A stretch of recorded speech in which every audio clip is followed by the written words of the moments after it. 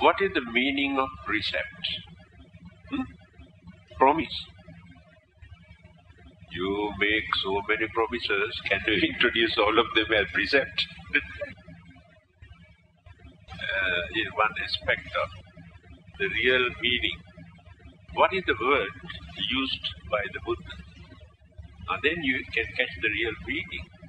Because these English words cannot give the real meaning. What is the word? No, sarana means refuge. Buddham sarana. Sarana, I take refuge. Sila. Sila, not sila. You have to pronounce the word. So if you pronounce as sila, gives another meaning. Sila, right? Sila, pancha sila, 5 precepts. Atthanga sila, 8 precepts. Dasa sila, 10 precepts. Samanera sila, novices precept. Upasampada sila, fully ordained monks precept. Now the meaning, sila. What is the meaning? Principles, the word principle is very vague, cannot give correct, direct meaning. Usually we use the word moral. Again, the problem is, there are so many man-made morals. They are not under sila. Yes. Sila, chitta, vacha, kaya. Mind, words and body. 3 things. So there are 3 channels for us to observe sila. The real meaning is training. Sila means training. We train our own minds. We train or we guard our tongue. We train our physical body. But we train our mind to develop mindfulness, awareness, to understand what is happening in the mind. That is the discipline. Here you can use the word discipline the mind. Don't allow your mind to behave as it wants. Then discipline is there. Then sila in our words. Don't use the words, whatever words come into your mouth. There are dirty words, vulgar words, wicked words, harmful words, useless words.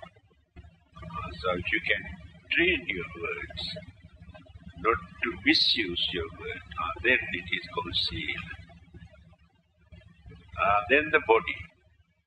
We can misuse our physical body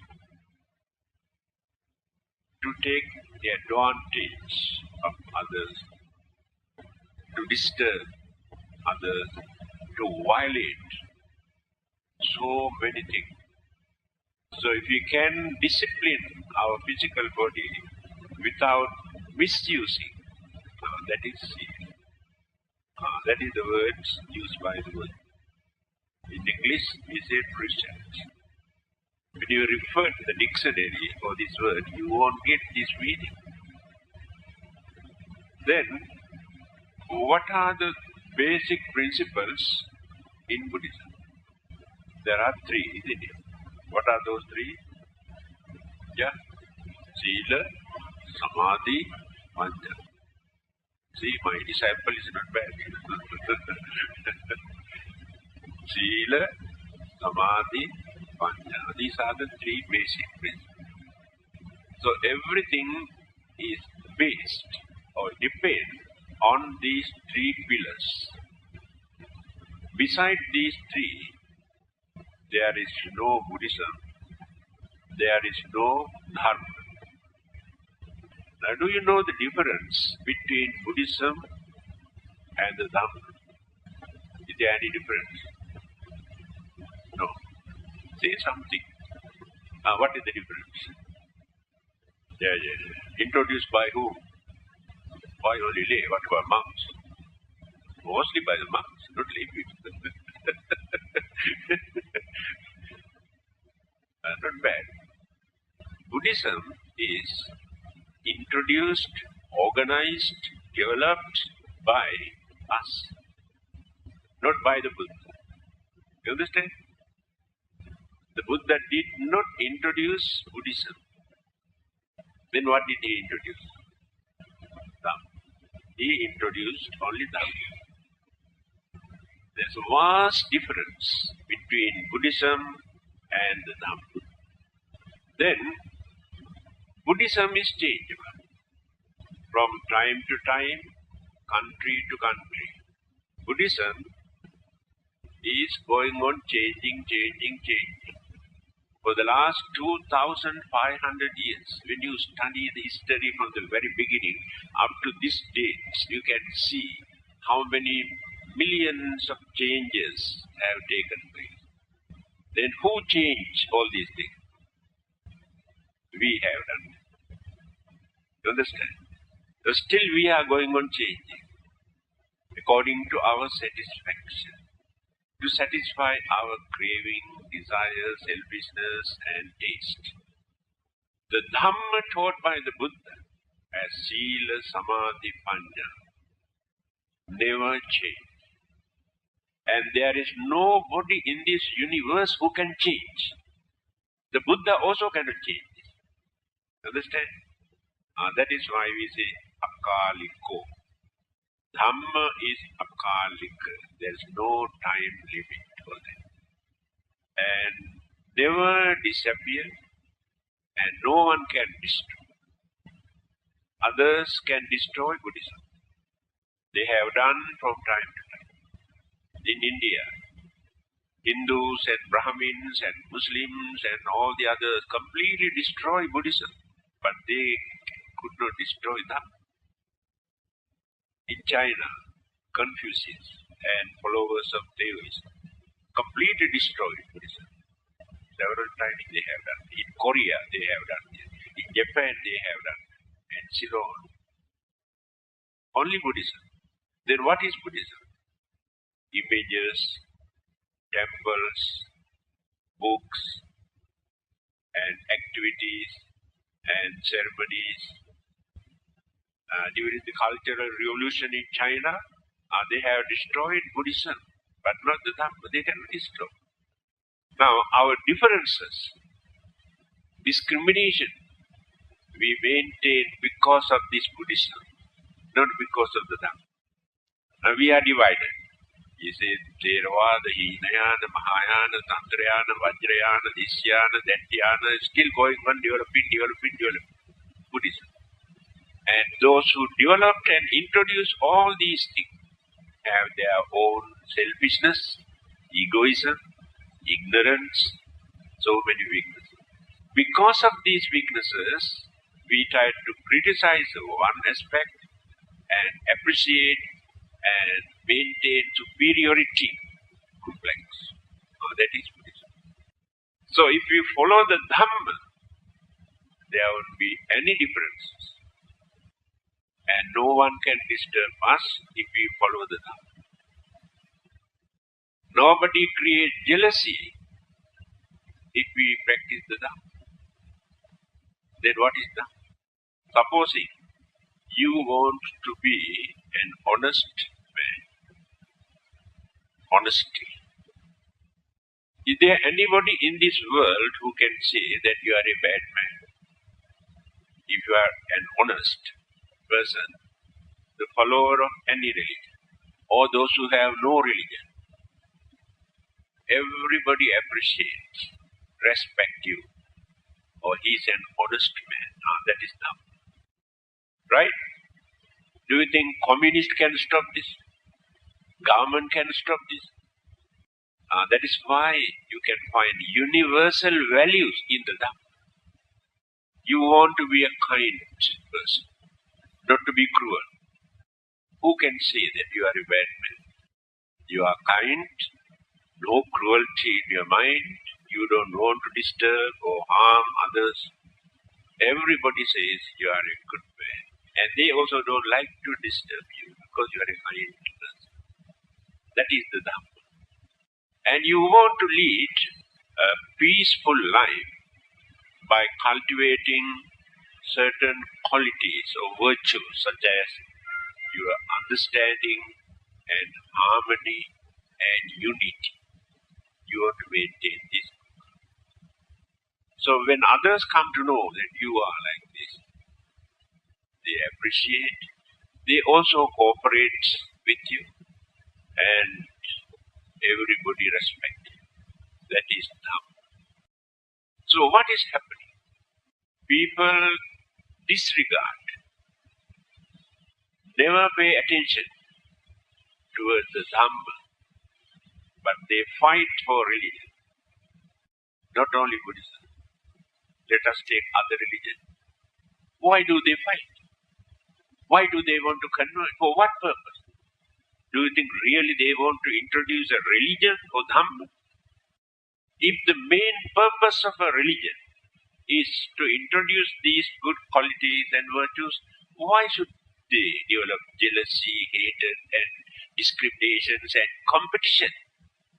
Is there any reason for them to convert, drag others into their group? No dharma there. It is adharma, no dharma.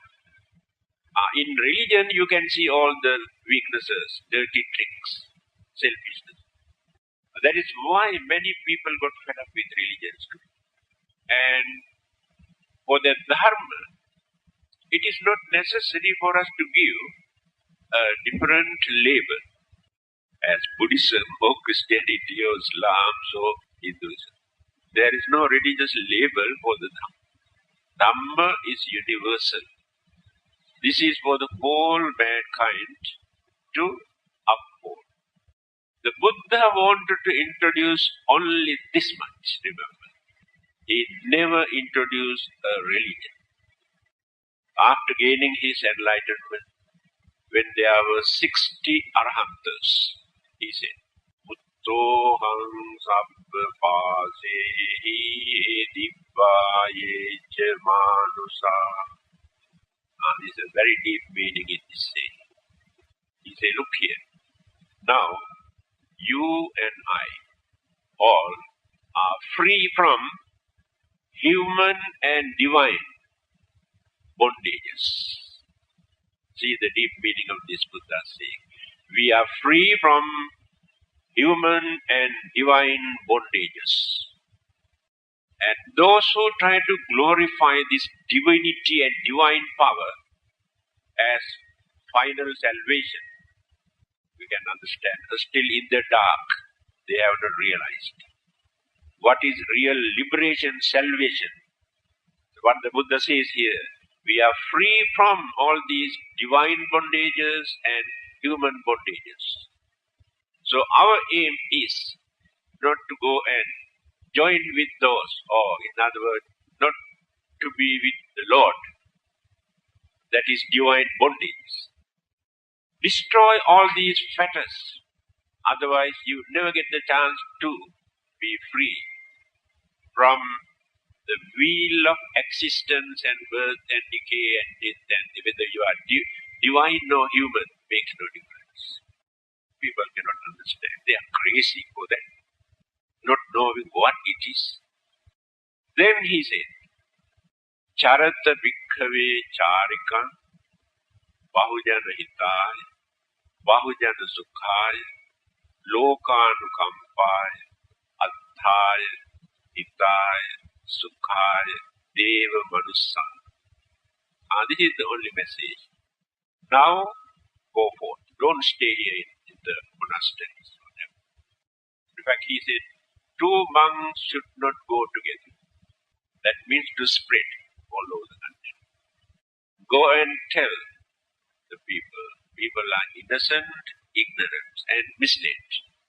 Go and tell them what is right and what is wrong. They say the bhikkhave dhamma go and reveal the Dhamma. What is Dhamma? Truth, justice, peace. Introduce what is truth, what is peace. Bahujana hitaya, bahujana sukhaya.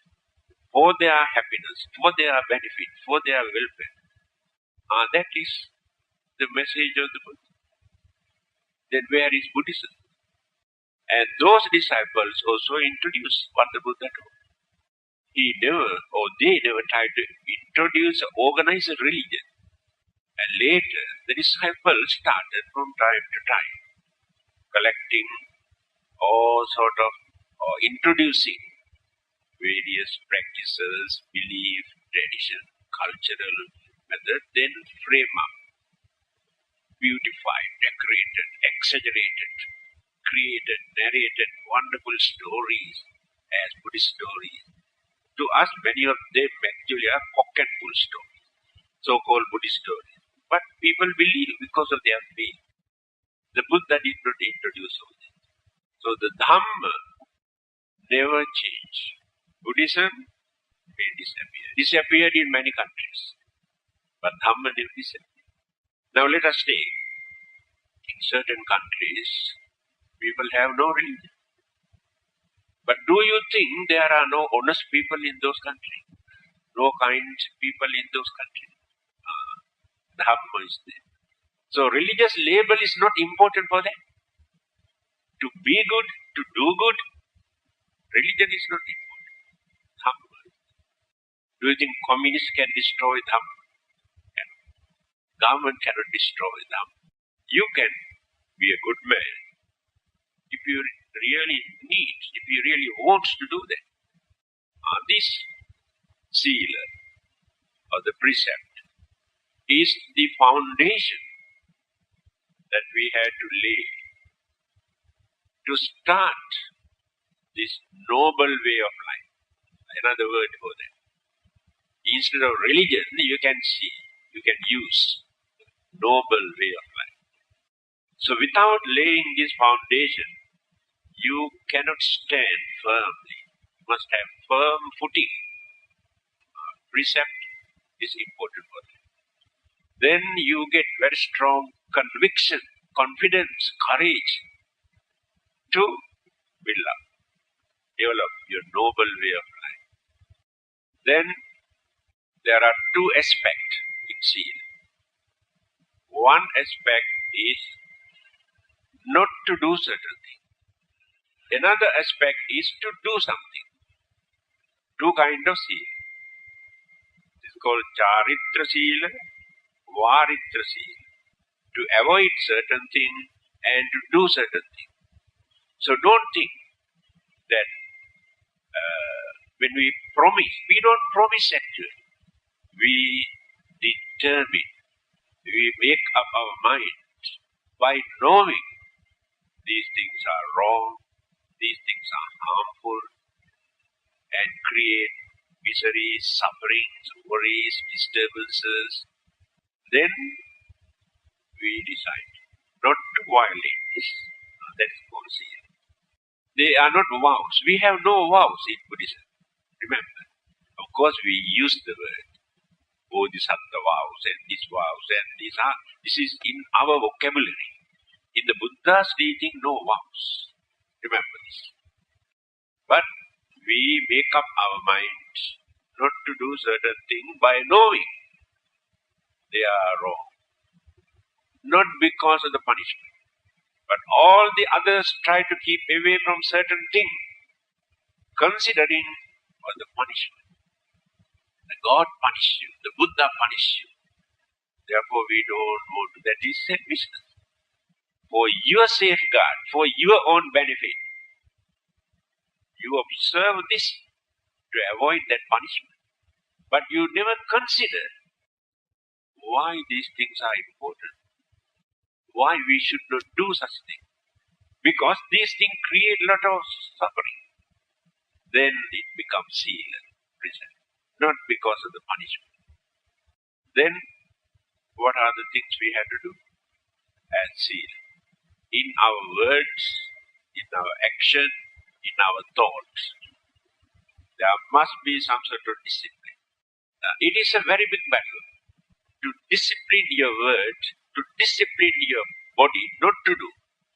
It's a very big thing. But to do certain thing, not very. We experience more difficulty actually not to do. To do is not very difficult. You understand? Then what are the things we have to do? We have duties, responsibilities, obligations. These are the things we have to observe. When you fulfill your duties towards your parents, your children, your husband, your wife and your others, it is seen. You must understand. Without violating your duties, your country, your nation, your government, there are certain duties. All these are under the sea. This is called Dhamma. There is nobody to condemn, criticize, ridicule. This Dhamma taught by the Buddha. Again, this Dhamma is not confined only to so-called Buddhism. We cannot claim all these are the virtues and the qualities of Buddhists. Do you think that there are no Dharma among Christians and Muslims and Hindus and freethinkers? We have with so many others. Sometimes they have more virtues, more principles, more good qualities than the so-called Buddhists. Therefore, how can you say Buddhists are far better than the others? So that label, Buddhism, is not the important. Just to glorify, Buddhism is prospering, more and more money in our charity box, more and more people come and worship, burn more and more justice. Buddhism is spreading. See, thousands and thousands assemble on Vesak Day. Buddhism is developing in this country. Yes, it is Buddhism, but no Dharma. After Vesak they fight. You cannot find Dharma. People never realize this. So let me finish this. First we had to establish our noble way of life by upholding some principles as precept. That is called Sila. But that is not enough. Sila is not enough. Then you had to introspect. That means you had to examine what is happening in your mind. Your minds are not pure. Temptation can mislead your mind to be a very bad, very vulgar or very wicked person. When you are misled or tempted or intoxicated with temptation, you have no courage to apply the brake. Now you are very good, isn't it? You are not violating anything. All are very nice, cheerful, very serene. So can you maintain this cheerfulness, serenity when you go home also? When you go back, you fight. This is the problem. It is not that purposely you want to fight. Circumstances, environment, disturb your mind. Temptation on the way, disturb your mind. If not, irritation. When another person comes and says something which irritate you, disturb your mind, then you have no controlling power. You also shout. It started. So Sila, we have established, but there is no guarantee. Any moment, the weaknesses that we have suppressed, control, may flare up, come up. Then, by considering this uncertainty of the situations of our mind, then we go on developing some sort of concentration or mindfulness. This is the second stage. That is the time we go on training church. Now you have more patience and more understanding. Again, people appreciate, people respect. They know you are harmless. They know you are trustworthy. They can trust you because you have done some sort of training, discipline in your mind. Then you also experience, your subject is the joy that we gain through this. I will explain later. That irritable mind, that uncontrollable mind, now we can control easily. After that we feel very good. That is some sort of calmness in our mind. Then we can avoid so many worries that we invite into our mind. For nothing we invite unnecessary worry. A simple thing we take so seriously into our mind and disturb. Then the face also becomes very sour, moody. Then create very bad atmosphere at home, and you are also not happy, others also not happy. So when you observe these things, you can create happiness amongst others with whom you associate, and you also experience some sort of peace in your mind, happiness, joy in your mind. That is the second stage. Still not complete. Although your mind is very well trained, the hidden intrinsic human weaknesses or the sediments still remain at the bottom. You understand? Not eradicated.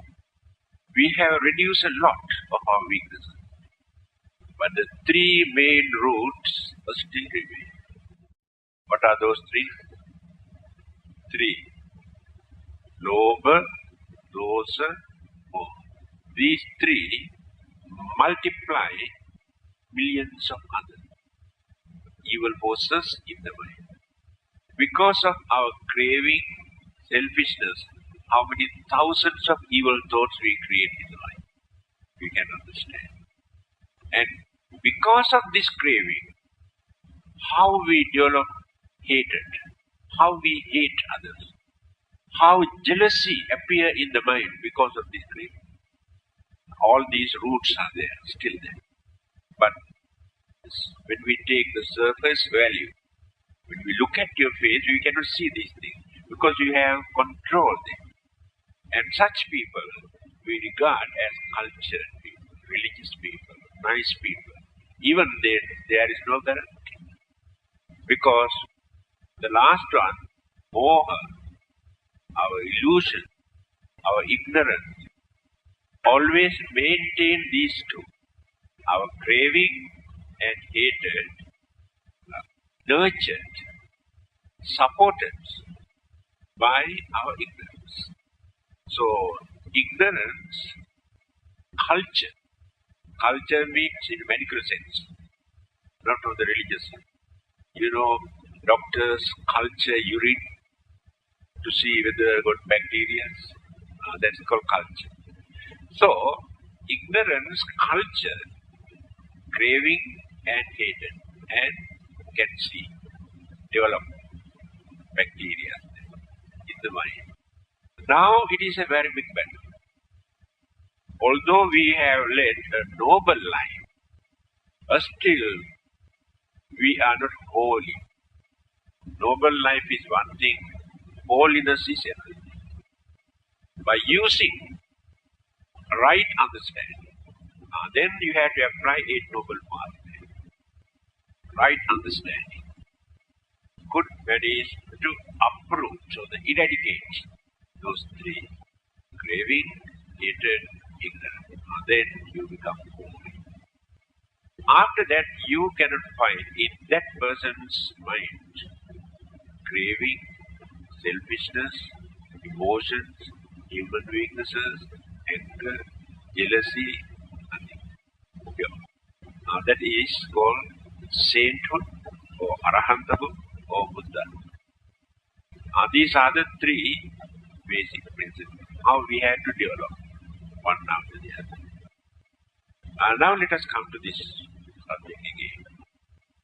how we can enjoy bliss, experience happiness by observing these precepts or sila or principles. This is important. I think you have heard that I have explained earlier. The four kinds of happiness that we experience in our life. Can you remember? Four. What are those four? Mr. Palm, can you remember? Yeah, that's right. Atti Sukha. Second one, Bhoga Sukha. Huh? No. A worldly sense. This is in worldly sense, especially for layman's life. Atti Sukha, Bhoga Sukha, Ananda Sukha, Anavajya Sukha, four kinds of happiness. Then you can understand how we experience peace, happiness by observing present in the end. The Buddha has introduced this Dhamma very systematically. Certain precepts only for the monks, certain precepts only for the nuns, not for the monks, according to their mentality and way of life. Certain precepts only for lay people, you people, but not for the monks. So you should not try to observe the sila or the precept prescribed by the Buddha for the monks. There are many lay people I tried. They also try to observe the same precept, too much for you. According to your way of life, don't go to that extreme. You have to adjust your way of your religious life according to your work, your family life, your married life, your duties, responsibilities. Without disturbing them, you have to observe the precept. You must understand, Buddha is a very compassionate, very understanding religious teacher. He did not want to torture you because of religion. Don't suffer because of your religion. You can lead a normal life, a respectable life. You can enjoy your life. You can eat whatever you like. You can sing, you can dance. These are cultural aspects. You can enjoy your life. Religion never say you can enjoy your life. Of course, you preserve certain days as religious days, holy days, to observe more precept, isn't it? That day, it is a trial. You understand? To see whether you can practice this or not, to experience. That day, no dancing, no singing, no merrymaking, no romantic life on that day. Stop. Only for 24 hours. What is the difficulty to stop only for 24 hours? That is training. So when you go on training like this, at least once a month, later it's very easy because you get used to this. And this is the nature of layman's way of life. So Atti Sukha, you have to work, you have to earn, you have to enjoy your life. Buddhism is not just for you to go and sit down and meditate.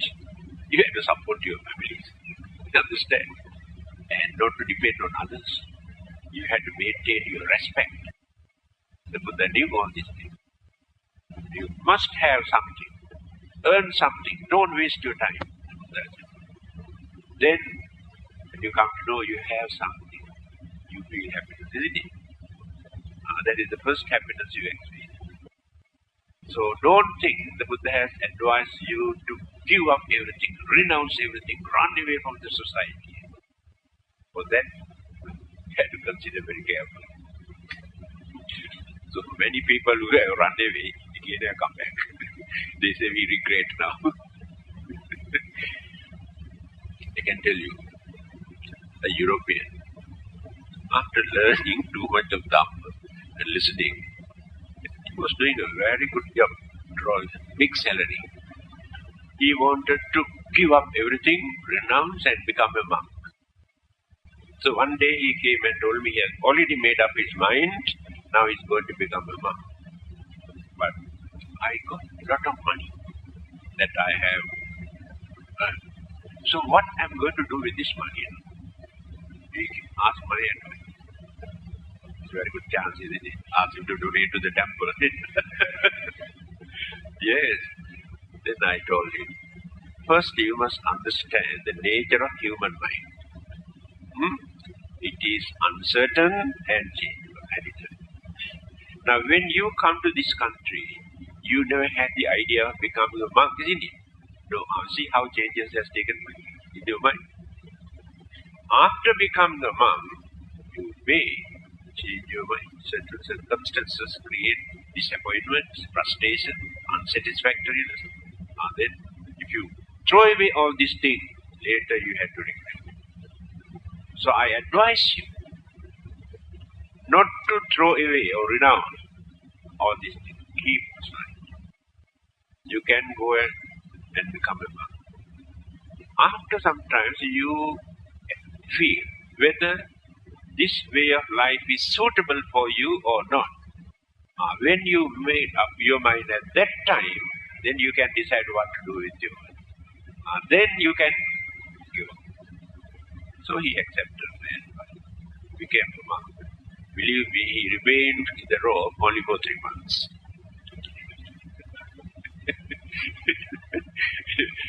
So, this robe, again he found out a job. Came to see me, to thank me for giving that advice. Not to give up what he has learned. Now he respects me. He trusts me. He knew I am not selfish. Because I did not take even $1 from him for me. But every time when he comes, he donates few $100 for publication. This is the happiness that I experience by observing the precept, honesty. Life I can experience this happiness. My honesty, how return to me and create happiness. Of course, when you try to be honest, crooked people, cunning people take advantage of you. That is why you have to apply this honesty with understanding. Don't try to be honest as a fool. Then you get into trouble. Your charity also, there must be understanding. Otherwise, completely you get fed up with your life. Others come and bluff you, swindle you, cheat you, mislead you. Every good deeds, whatever you do, there must be understanding. Don't go to extreme. So many drug addicts and some Indian who always go and take toddy come and tell us all sort of cock and bull stories. They have no food for 2-3 days and this and that. And first time, second time, they give $2-3. After that, next time they come, we chase them away. Because we don't want to encourage them. That is why we had to practice charity also wisely, not foolishly. So, second happiness, bhoga sukha. So when we enjoy our life by using what we have earned, is a wonderful happiness. No obligation. You can take good food, you can have nice dress, have good, nice, beautiful houses, motor cars, everything. By using your own money. No harm at all. This is the second happiness the Buddha has introduced. Without misleading or swindling others, if you can enjoy your life by using your own income, second happiness. Third one, ananda sukha. When you come to know that you are not indebted to anybody, that means you are not under obligation. You have not borrowed money or this or that from others. You know how to adjust your budget, your income and expenditure within your means. Don't try to show off others. You got this, you got that, this gadget, that gadget, then show off others. Arrange everything according to your income. Then you never get into trouble. You can maintain self-respect. No doubt you are a poor man. even without depending on others, if you can maintain your dignity, the happiness is there in your mind. That is what the Buddha says. Don't go and borrow from others to enjoy your life. Of course, there may be certain occasions, in case of sickness or death or something, that you had to. But not to enjoy your life. It is not wrong. The happiness that you enjoy when you come to know you are not under any obligation. You are not indebted to anybody. You have done your duties towards your parents, your children, your husband and wife and friends and country, everything. Within you, say $1 or $2, you can afford only this one. That happiness is more than enough. Then the last one, refer to this one. Anavajya sukha. The first three happiness we can experience only within this life. Now see, this is the difference now. While we are living, we can experience these three happiness. But the last happiness that I am going to explain gives happiness within this lifetime and hereafter. That means after our death. The other three happiness cannot give anything after our death. Now that is why this is very important. Anavajya sukha. Anavajya. Vajya means wrong thing. Anavajya means nothing wrong. If we have not done anything wrong to bluff, swindle, disturb, destroy others, that is called anavajya sukha. No guilty feeling, guilty consciousness in our mind. The biggest problem with us is this guilty consciousness. We have done a lot of bad things, damages to others, and we have bluffed so many people for our own benefit. These things disturb our mind throughout our life. There are so many rich people.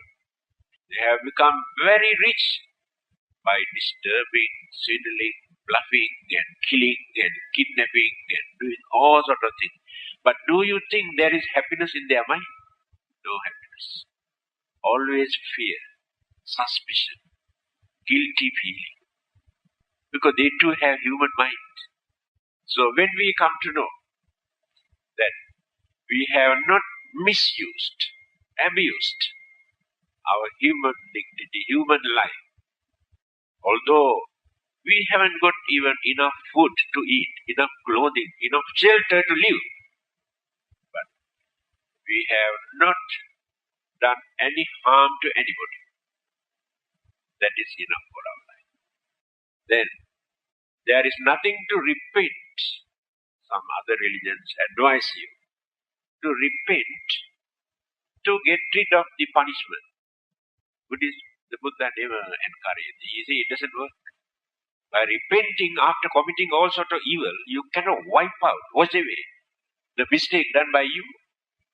But you can overcome the bad effect of the wrong thing you have done earlier due to your misunderstanding or weaknesses by cultivating certain good qualities in your mind, by reducing your mental impurities in your mind through meditation.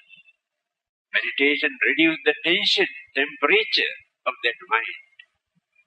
Then by doing more and more meritorious deeds, you can overcome the bad effect of the certain thing that you have done, not simply by repenting.